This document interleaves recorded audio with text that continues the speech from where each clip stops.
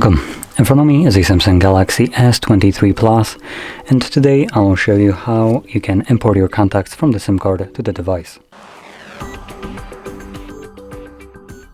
So to get started, you will want to open up your standalone contacts application, like this one. In here, tap on the three bars on the side, select Manage Contacts and choose Import Contacts.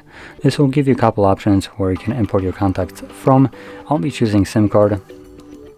This will then display all the contacts on my SIM card, and I can quickly select all of them by tapping right over here, or I can also select them manually or deselect them if I don't want some of them.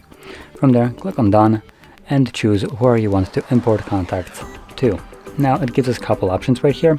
Our Samsung account, phone, and Google account. You can choose whichever one you want, it's completely up to you. I'll be selecting phone, and that's it.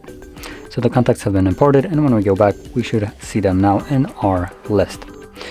So if you found this very helpful, don't forget to hit like, subscribe, and thanks for watching.